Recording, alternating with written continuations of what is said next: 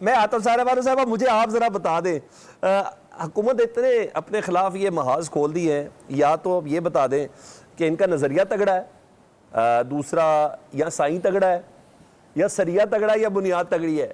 कौन सी चीज़ है जिसकी बुनियाद पे जो हुकूमत है वो अदलिया, अपोजिशन, मीडिया सबके सामने खड़ी हो गई है? साईं तगड़ा है। उससे पहले जो दो मेरे साथी बात कर रहे थे, उस पर सिर्फ मुझे 2 मिनट दीजिएगा जी प्लीज। कि वो कहते हैं ना कि तेरी जुबान करना बहुत जरूरी है, तेरी जुबान को उतरना बहुत जरूरी है, तुझे ये मर्ज है कि तू बार बार बोलता है। और वो भी सच कि आप ये पंजाब वालों पे तो यहाँ ये कानून आ गया कि हतके इज्जत, पहले वो चीज बसरा साहब की तरह ग्राउंड पे नजर तो आए, फिर कानून आए। तो फिर भी सोखे बैठे हुए कि सिर्फ ये जुबान बंदी करनी पड़ेगी।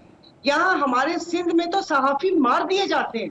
बिल्कुल ऐसे ही। आज आपने देखा होगा कि वो नसरुल्लाह गडानी साहब, कि अगर वो वहां पर माफिया को बेनकाब कर रहे हैं, यहाँ पर तो हमें वो कहते हैं ना कच्चे के डाकू भी मेरे ख्याल में थोड़े से उनके कुछ असूल होंगे। हमें तो यहाँ वादी चंबल में भेड़ियों के सामने फेंका हुआ है। नहीं, उन डाकुओं को भी जिसने रिपोर्ट किया था उस सहाफी को भी शहीद कर दिया गया था जी। उसको शहीद कर दिया गया। अभी बाबुल भैयों का बेटा तरसील करते हुए पकड़ा गया। आपने दोबारा खबर सुनी? इसलिए कि हमने चैनल से खरीद लिए कि ना होगा बांस ना बजेगी बांसुरी। चैनल्स खरीद लिए, कोई रिपोर्ट नहीं करते। यहाँ पर तो कोई सहाफी महफूज नहीं है। मैं आपको बताती हूँ कि यहाँ पर तो सही तरीके से मजम्मत भी नहीं की उन सहाफी की शहादत की, कि जिनको ऑन ड्यूटी यहाँ पर मारा गया, और उसके बाद ये कहानी सुनाते हैं हम लोगों को कि ये जी कानून आएंगे। और मतलब क्या बात है, नहीं बोल सकते। दुबई लीक्स में क्या 12 अरब डॉलर की जो जायदाद है, जिन्होंने भी करप्शन की है, भले वो आर्म फोर्सेस में से हो, हमारे सियासतदान हो, ब्यूरोक्रेट्स हो, नहीं बोल सकते। क्या ये भी हमारा हक नहीं है? नहीं, करप्शन की मनी ट्रेल तो दे देना, ट्रेल साबित कर दे, बस खत्म होगी बात। इनकी मनी लॉन्ड्रिंग पे, इनके गलत फैसलों पे, जो मुल्क को यहाँ पर 76 साल के साथ हमारे साथ मजाक में, तो अब रात को मुझे हौल उठते हैं, घबरा के उठती हूँ कि हमारे साथ हुआ क्या है। अरे जो पढ़ा था सब कुछ सब गलत। मैं तो जिंदगी के इतने साल जाया कर दिए। जिस मुकाम पर हमने स्टार्ट किया था, हम उसी मुकाम पर खड़े हैं आज 76 साल बाद भी, कि हमारे पड़ोसी मुल्क मजाक उड़ा रहे हैं हमारा।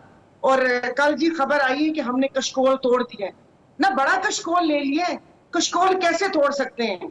हम तो दूसरों की तरफ आस लगाए बैठे भी होते हैं कि क्या पता कि कुछ वो हो जाए। नहीं तो वो कहते हैं ना कि कुछ लोगों, मतलब कैसे मैं आपको बताऊं, कि अपनी आफात का भी इंतजार कर रहे होते हैं कि कोई यहाँ पर सैलाब आ जाए, कुछ चीज आ जाए तो चले थोड़ी सी इमदाद मिल जाए। बाकी आपने क्या सवाल किया था कि हुकूमत महाज क्यों खोल रही है? मुझे तो देखिए ये समझ ही नहीं आ रहा कि ये चल क्या रहा है।